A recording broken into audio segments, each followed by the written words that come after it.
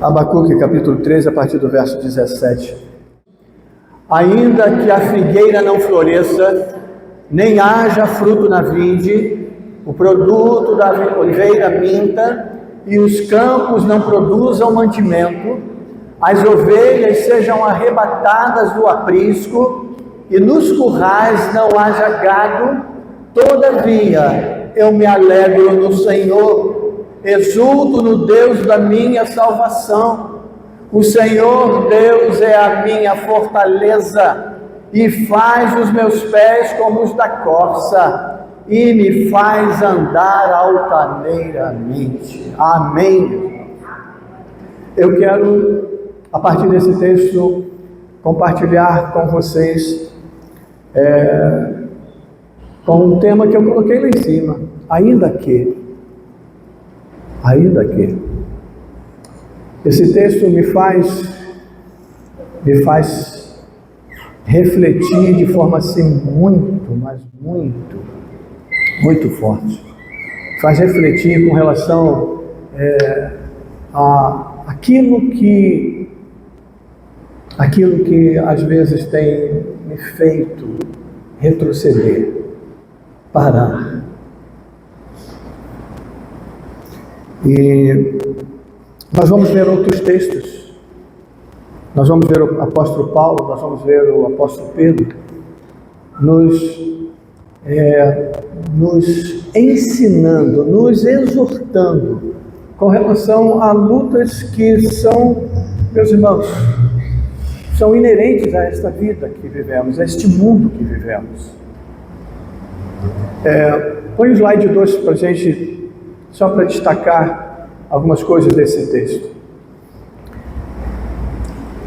Ainda que a figueira não floresça, a videira não produza as uvas, a oliveira não produza a azeitona, os campos não produzam o cereal, o trigo e tudo mais, ainda que as ovelhas estejam mortas, ainda que o gado esteja morto, o aprisco esteja vazio.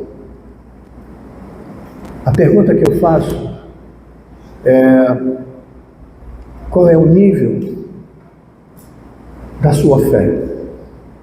Até que ponto permaneceremos firmes? Até que ponto permaneceremos firmes? Eu quero, antes de dar prosseguimento, eu queria que você novamente curvasse a sua cabeça e pensasse e refletisse a respeito da sua vida, como ela vai, sobretudo a sua vida, meus irmãos, a sua vida cotidiana no que diz respeito à sua relação com Deus e à sua fé. A você, meu irmão, a você, meu discípulo, a você, servo do Senhor, que você refletisse até que ponto você está sendo fiel. Que você refletisse o que talvez esteja acontecendo na sua vida que tenha te levado a esmorecer, retroceder, parar, abandonar. Tipo, quer saber? Estou aí para isso não. Quer saber? Eu não concordo com isso não. Pense nisso. Talvez você poderia comigo também pensar sobre talvez o teu passado de cristão e de servo. Sabe aquele texto que a Bíblia fala de primeiro amor? Eu estou falando disso, aquele primeiro amor. Talvez seja o momento de você parar e pensar de onde você saiu, e não estou falando do mundo, estou falando do nosso ministério, do nosso chamado, do nosso serviço, da nossa devoção, da nossa entrega, do nosso trabalho, e alguma coisa aconteceu,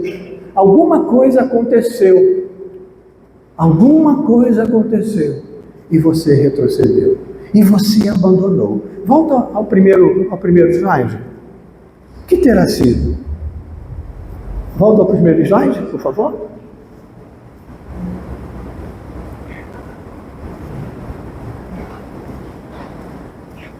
O segundo, porque o que estava ali não era o segundo. Por isso que eu pedi para voltar. Ah, tá.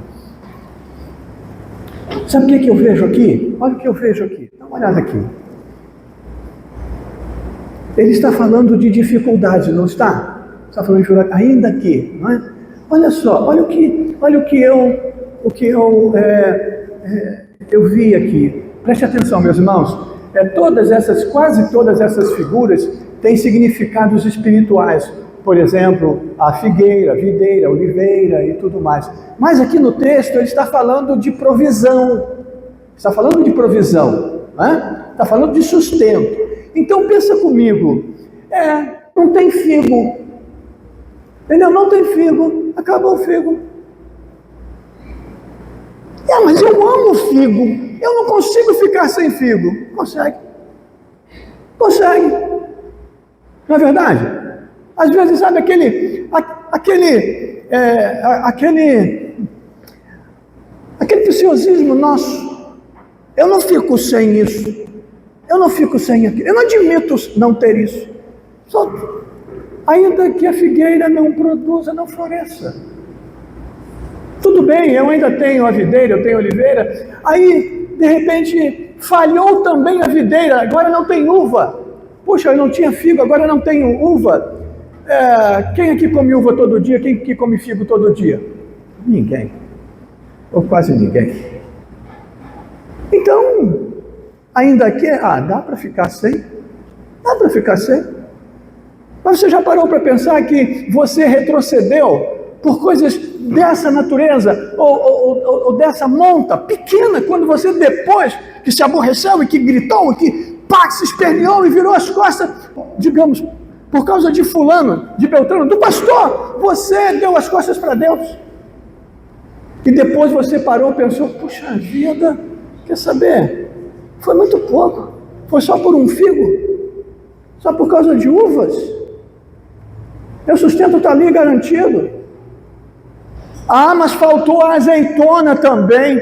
A azeitona era importante naquela época, né? Porque era o óleo e etc e tal. Gente, estão entendendo o que eu quero mostrar para vocês? Que às vezes a gente não para ver que a gente retrocede por muito pouco. Mas olha só, quando os campos não produzem, aí eu acho que fica mais sério. Porque fala do cereal, fala do trigo, fala da comida no prato. Não é verdade? Aí falou mais sério. Mas ainda assim, eu tenho gado, eu tenho as ovelhas, eu tenho a lã, eu tenho o alimento, eu tenho o churrasco. Está me entendendo? Vocês estão me entendendo? Que eu estou querendo levar vocês a meditar comigo. O que tem feito você retroceder? Qual é a razão para você não estar, para você não fazer? A culpa é do irmão. A culpa é, meu Deus, verdadeiras coisas pequenas, verdadeiras coisas com as quais eu consigo conviver. Eu consigo conviver sem a uva, eu consigo conviver sem o figo, eu consigo até conviver sem a azeitona. Mas eu disse, eu não admito, eu não concordo. Deus. Mas olha, quando chega aqui embaixo, a gente vê que o profeta está falando de coisas sérias. Coisas sérias. Sem parar de comparar aqui. Entende o que eu estou dizendo? É sério, depende. É sério comparado ao quê? A minha relação com Deus? Olha que coisa linda que eu vejo nesse texto. Agora se coloca a sequência. Olha só, olha que coisa linda. Eu pergunto qual o nível da sua fé. Porque ele diz assim, mas apesar de tudo aquilo, o texto está dizendo, eu me alegro no Senhor. Eu tenho necessidade, está faltando o alimento, está faltando isso, mas eu me alegro no Senhor. Eu exulto no Deus da minha salvação. O Senhor é a minha fortaleza, a minha segurança. Mas está faltando.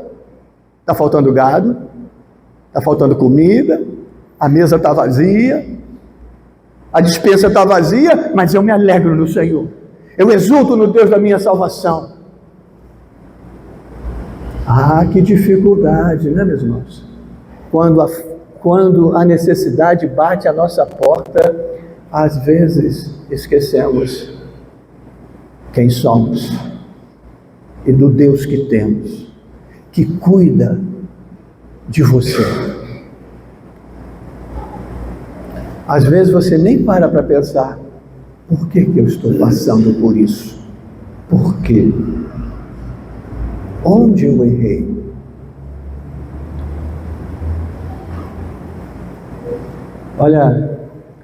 Olha que coisa linda, ele diz assim, eu confio em Deus, eu espero nele, ele é a minha força, ele me faz os pés velozes, ele me faz andar sobre os montes, ele me leva para lugares altos, onde estarei seguro. Ou seja, hoje eu estou passando dificuldade, mas eu sei que quem pode fazer os meus pés, isso quer dizer o seguinte, quem pode me dar solução, quem pode me capacitar, olha só, faz os meus pés velozes e me faz andar sobre os montes. Ele está falando de capacidade, ele pode me capacitar. Então, meus irmãos, quando as coisas estiverem, caindo sobre a sua cabeça, lembre-se, se há alguém que pode mudar a tua história, é aquele que pode te fortalecer, aquele que pode tornar ou seja, quem sabe suas mãos, vai te dar habilidade, ou seja, vai cuidar de você. Ele é o único que pode te levar para lugares altos e seguros. Sabe aquele texto, ainda que eu ande pelo vale da sombra da morte? Pois é. Precisamos parar e pensar, meus irmãos, o que estamos fazendo? Como é que está a nossa relação com o nosso Deus? Qual é o nível de fé que nós estamos vivenciando? Uma fé condicionada a eu estar bem, uma fé condicionada a eu concordar com fulano, beltrano e ciclano. Meus irmãos, nós estamos vivendo dias onde os crentes não são crentes em Jesus, são crentes em si mesmos. Gostam, amam Jesus, mas se eu não estiver satisfeito, eu saio dessa igreja e vou para outra. E se eu não estiver satisfeito na outra, eu vou ainda para outra, eu vou para aqui, para ali, para acolá. Você não está aqui para servir a fulano, beltrano, ciclano, ou quiçá mesmo a igreja local. Você está aqui para servir ao Senhor. Problemas virão, dificuldades virão. Como é que vai a sua fé? Como é que vai o seu nível de compromisso com Deus e com as coisas dele, com a casa dele? Como é que vai isso? Mas meu Deus, eu quero convidá-los eu vou colocar também na tela, o texto de Paulo, é o slide número 4, Paulo escrevendo aos Romanos. Paulo escrevendo aos Romanos, meus irmãos. Eu sei que todos conhecem muito esse texto, Romanos 8, de 35 a 37. Quem nos separará do amor de Cristo? Mas olha só, eu quero chamar a atenção de uma coisa. Paulo está escrevendo isso para quem? Para os romanos. Meus irmãos, olha só, preste atenção no que eu vou dizer agora. Já era difícil para um judeu ser cristão, porque eram perseguidos tenazmente, não é verdade? Os do caminho, lembram? Agora você imagina um romano. Paulo está pregando para os romanos. Um romano que aceita Jesus. O romano que aceitava Jesus, ele quebrava todos os paradigmas, ele quebrava a tradição, ele, desculpa a expressão, chutava o balde. E as autoridades eram muito mais ferozes com eles. Famílias deserdavam. A coisa era pesada. Aí Paulo escreve para esses romanos assim, dizendo assim, olha, quem nos separará do amor de Cristo? Será tribulação, ou angústia, ou perseguição, ou fome, ou nudez, ou perigo, ou espada? Olha, meus irmãos, tribulação, angústia, perseguição, fome, nudez, perigo, espada. A coisa não era fácil, não. Não era fácil, não. Olha o que ele diz: por amor de ti somos entregues à morte o dia todo. E era verdade. Era verdade. Não era esse mamão com açúcar que a gente vive hoje, não. Não é essa delícia que a gente vive hoje, não. A gente reclama, né? Porque às vezes ser crente não é fácil. Mas olha, me desculpe a expressão que eu vou usar. Nós temos que tomar vergonha na cara. Desculpe a expressão. Porque quando a gente diz que hoje é difícil ser cristão, eu imagino lá. Olha as referências que ele dá: tribulação, angústia, perseguição, fome, nudez, perigo e espada, ou seja, morte. E aí, quem aqui por ser crente está vivendo esse tipo de coisa? Quem aqui está sendo perseguido? Quem aqui está correndo risco? Quem está passando fome por isso, por aceitar e amar Jesus? Quem aqui está correndo risco de ser degolado por servir a Jesus? Ninguém, meus irmãos. É por isso, me desculpe, é por isso que a gente vive nesse marasmo. É por isso que a gente cruza os braços. Porque a igreja nunca cresceu tanto quanto quando foi perseguida. Até a nossa história aqui da igreja local é e foi assim. Não é verdade? Nós que estamos aqui há mais tempo, não é verdade? Nós éramos perseguidos. A igreja do tapete vermelho, a igreja do quarto escuro. Não sei de onde tiraram isso, mas era assim. E aí a igreja ficava cheia, sabe por quê? Porque as pessoas vinham para ver como é que era. Aí já que nada disso ficava com a gente. Tem regressão. Tem regressão. Olha, até hoje tem gente que diz que a nossa igreja é seita. Tá vendo? Sabia disso? É verdade. Até hoje. Não tem ninguém te perseguindo, por isso que a gente está aí, ó, de braços cruzados, vai para casa, tudo bem, Jesus, amém, eu te adoro, eu te louvo. Ei, tem algo errado. Não estou dizendo que a gente tem que sofrer tudo isso, não. Eu estou dizendo aqui, talvez por não sofrer isso, nós estamos de braços cruzados. Paulo diz assim, olha, não tem essa, em todas as coisas, porém, somos mais que vencedores por meio daquele que nos amou. É assim, meus irmãos. É e sempre será assim. Olha o que Pedro escreve. É o slide 5. Pedro escreve o seguinte. Antes de ler, olha só. Paulo escreveu aos Romanos. Pedro, a carta de Pedro foi endereçada às igrejas da Ásia, aos dispersos. Porque a perseguição era grande em Jerusalém. Já tinha agora perseguição em Roma. Onde a igreja chegava tinha perseguição.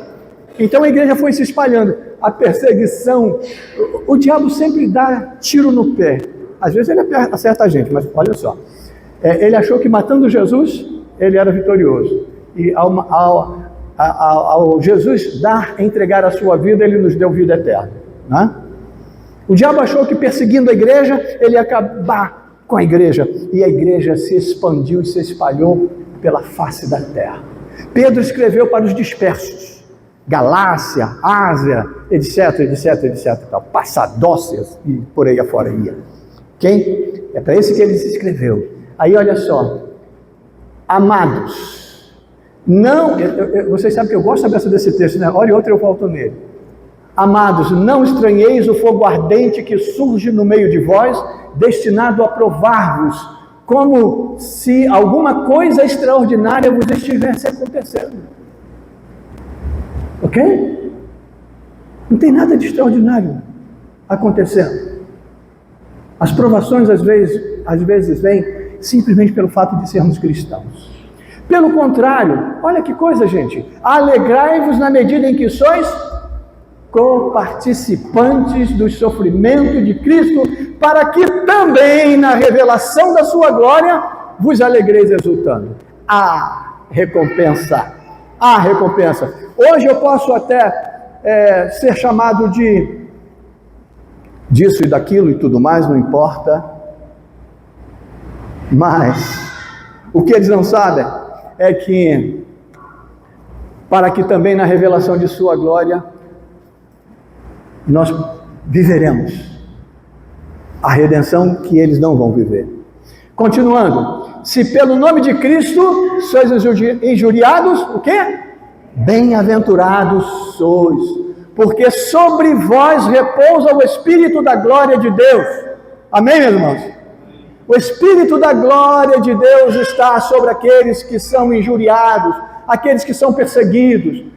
O Espírito da glória de Deus está sobre a igreja de Cristo, a igreja fiel, não a igreja que renuncia por causa da uva, por causa do figo, por causa... não, é sobre aqueles que sofrem, aqueles que cumprem o ministério. Aí o texto continua, se pelo nome de... ali embaixo, né?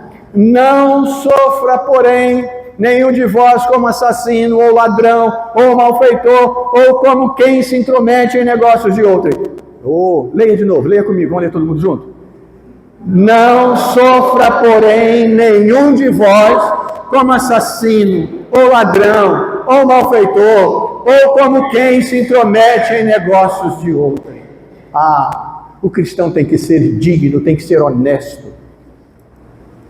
O cristão tem que ser honrado em todos os sentidos. Aqui parece quase que brincadeira, né? Se intromete em negócios de outro. Tem gente que adora se meter na vida do outro, né? Entendeu? Adora dar... Enfim, deixa para lá. Mas, olha só que coisa linda, vamos ler comigo.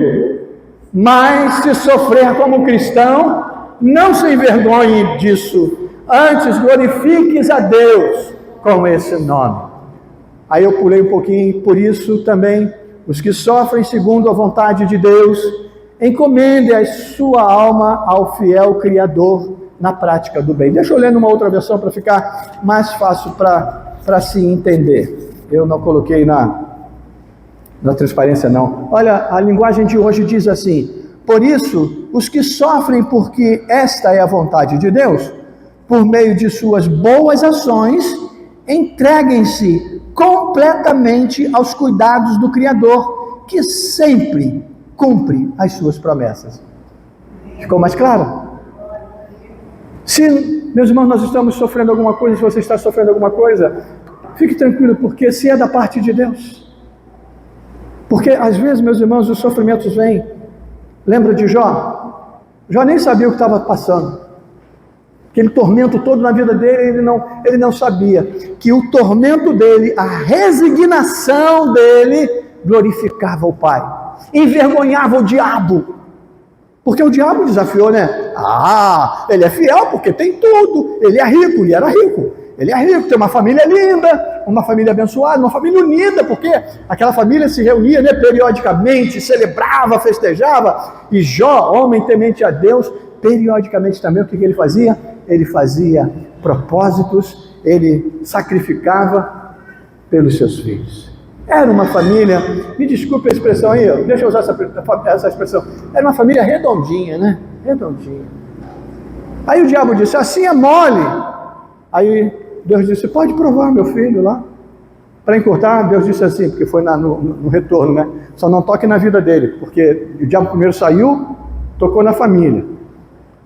Aí o diabo disse, mas o diabo é sem vergonha, safado, ele não vale nada, brinca com ele não. Aí Deus disse, tudo bem, pode tocar na saúde dele, porque ele ainda falou o seguinte, mas ele ainda tem saúde. Gente, o cara tinha perdido tudo, perdido os filhos, ele ainda tem saúde. Ó. O diabo, enquanto não te matar, enquanto ele não te destruir, ele não sossega. Então, cuidado, quando você diz, mas coitadinho de mim, porque é todo mundo contra mim, o mundo contra mim.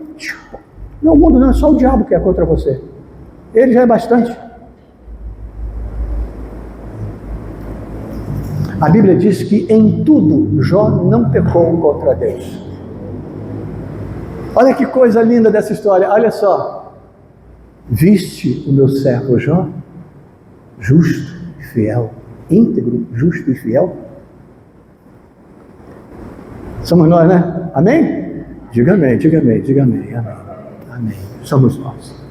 E que sejamos dignos de receber uma referência da parte de Deus. Amém? Pois é. Às vezes o que você está sofrendo, você pode estar glorificando a Deus. Você pode estar dando um tremendo testemunho de fé cristã e de fidelidade a Deus. Então, não murmure, não reclame, mas louve. Como eu disse lá no início do culto, louve, adore, porque eu digo, vai passar. Porque eu digo, Deus vai te visitar. Deus vai te tocar. Deus vai te tocar. Não tenha dúvida disso. Sabe, vou voltar para Paulo de novo, só para a gente terminar.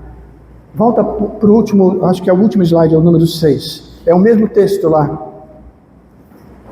É o mesmo texto. A sequência daquele primeiro texto, Paulo pulou.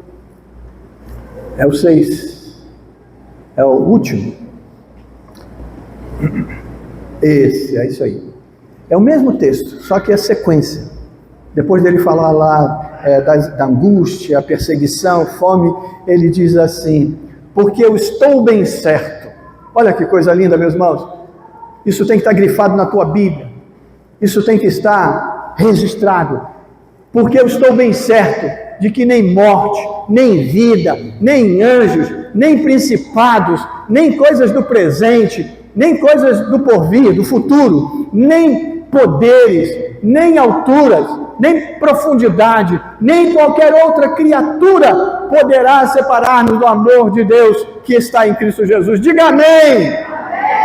Diga amém! Nada pode nos separar do amor de Deus. Eu sei que lutas teremos, lutas nós temos, mas que nada, absolutamente. Olha, eu termino com esse texto porque ele desce a detalhes, ele vai aos céus, ele vai a principados e potestades, ele desce às profundezas e ele diz: não encontrei nada capaz de me separar do amor de Deus, nem anjos, nem principados. Uma versão diz nem demônios, tem uma versão que diz nem demônios poderá separar-nos do amor de Deus. E então eu quero terminar dizendo para você o seguinte: ainda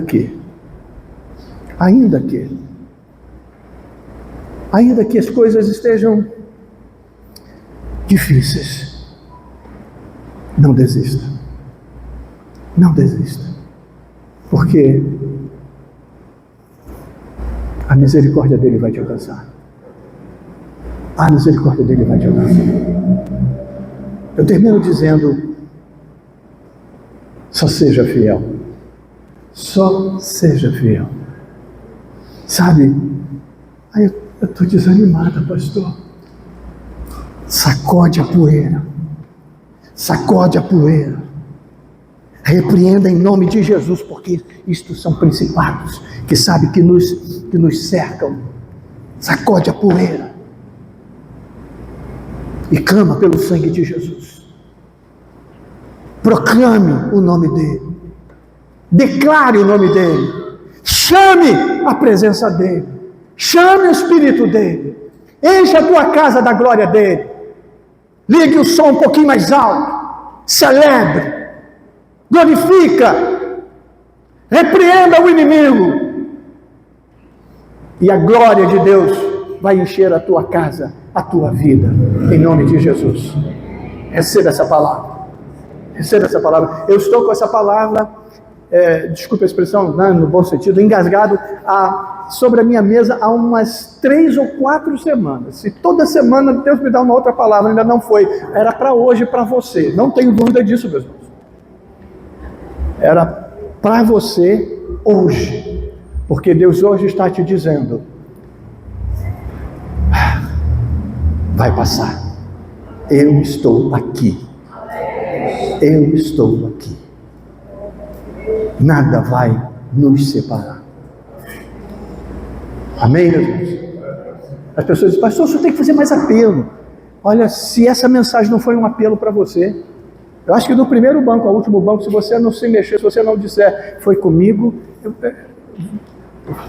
o diabo te cegou. Diabo de seguro. Porque comigo está na minha mesa há 4 semanas. Estou chutando, tá, meu irmão? Óbvio. Mas mais ou menos, não menos. Mas hoje foi para você. E não tem que ficar 4 semanas remoendo. É hoje, é agora. Tome tua decisão. Jesus quer mudar a tua vida hoje.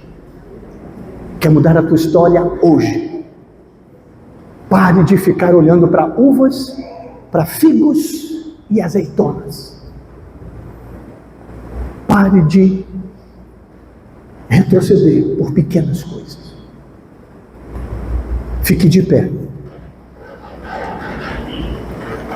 Fale com Deus aí agora. Fale com Deus agora.